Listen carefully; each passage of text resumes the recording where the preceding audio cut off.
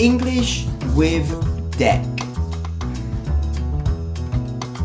Alright, let's do this. Okay, everyone, are you sitting comfortably? Now today is a special day. Dun, dun, dun. Too dramatic? Okay, how about this? Today on Deck English, English with Deck, we find out. Nah, it's still a little too dramatic. Hey guys, today. No. Okay. How are you doing today? There we go. That's the tone we want for today. I'm missing. I'm aware of what my tone of voice should be like. But no, it's fun to just mess around occasionally. So yeah, guys, how is everything going?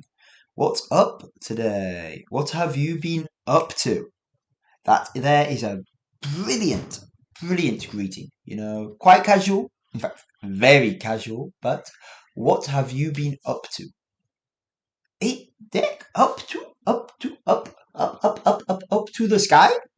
No, up to. What have you been up to? What have you been doing?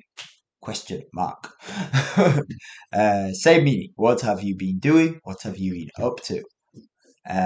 Very, yeah, quite casual, very, very friendly, and it's a great way just to greet someone, especially if you've not seen them for a few days. Kind of like saying, long time no see, but in a shorter form, as in like a shorter time frame. Hmm. Hmm. You could even use it for a longer time frame, though, of course, Maybe you've not seen your friend for quite a few months, and you could say, hey, what have you been up to? Have you been busy? Oh my gosh. I don't know where the accent came from. Okay, well, that's enough of the greeting. Okay, now today is quite a fun little number. So, I wanted to share about my use of English in my daily life. Now, I've mentioned this briefly in previous episodes, but today I really wanted to focus on that. Now, as I'm sure you're aware, I live in Japan, and obviously I speak Japanese. I'm not the best. I will not pretend that. In fact, I'm not amazing. I'm good, but I'm not the best. I get by. I work in Japanese as well sometimes, and I used to work full time in Japanese. I can handle pretty much every daily situation that comes at me. Unless it's a very specific situation these days, I don't really struggle that much on the whole.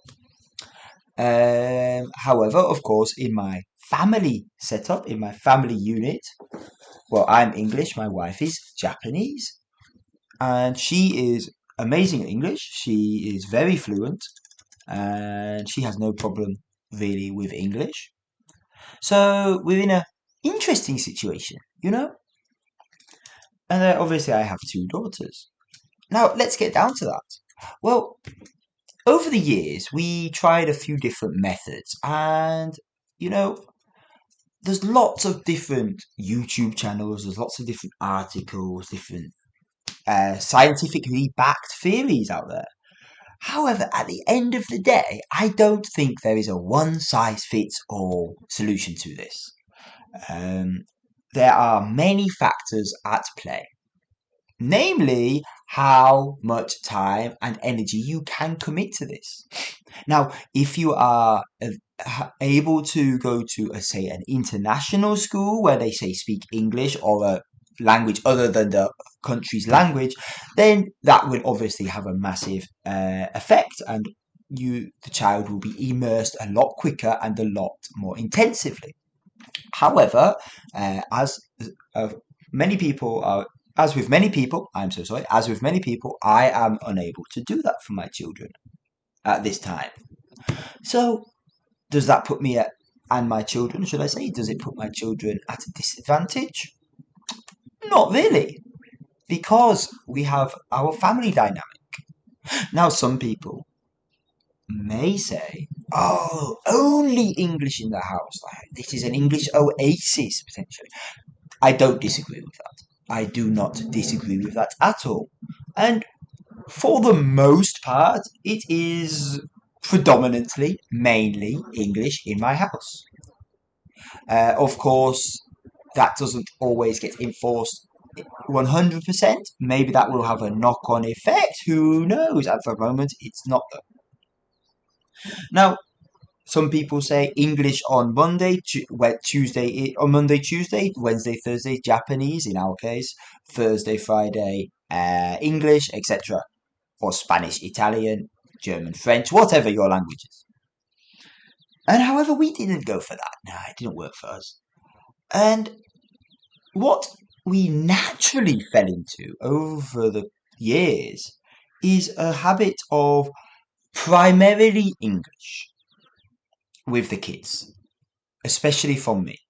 In fact, with me, it's all English, I'd say.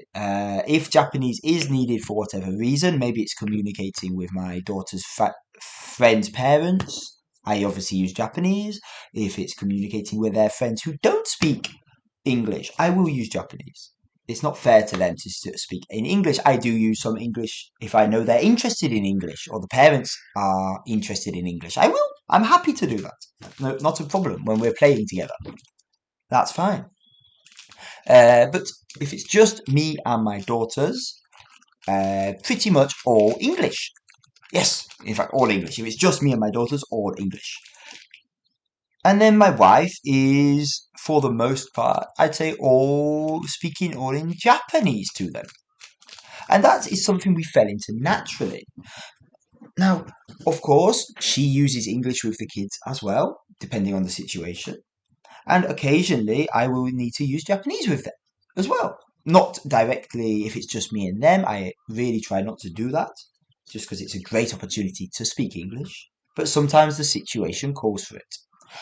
And what that has created is a very relaxed, open language atmosphere where my eldest daughter, my youngest is still learning to even speak more than just dada and mama and banana.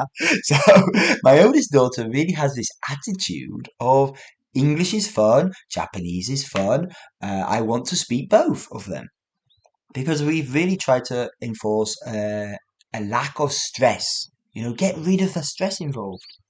It's not a chore, it's not a task to speak a particular language. It's fun, it's enjoyable. And that is so far working, and that is what we fell into naturally.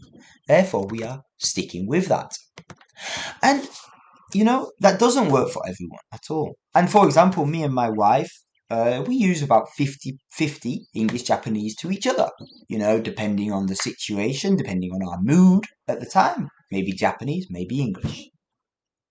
So there are these mixes. There is this mixture of really interesting linguistic ability flying around my house, and everyone does this differently. That is the key point here. There is no one size fits all recipe for this.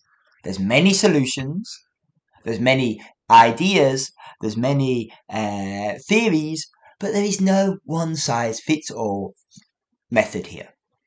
There's definitely things you can do to help, but maybe what I've said today doesn't work for you and your family. Maybe it does. If it does, feel free to try it. But yeah, I'm really curious, what do you guys use at home? Do you use English, French, Spanish, German, Italian? What? How does it work? Let people know in the comments, and maybe we can actually share some ideas. If some people are struggling, maybe we can sort of help each other out a little bit under the Deck English umbrella of language learning. Oh gosh. Okay, well, it is now time for lunch, and I am famished. I haven't eaten breakfast yet, and it's now 12 o'clock midday, so I need a sandwich. Anyway, guys, enjoy your morning, enjoy your afternoon, wherever you are, whatever you're doing. Make sure to enjoy yourself. Okay, guys, see you in the next one. Bye now.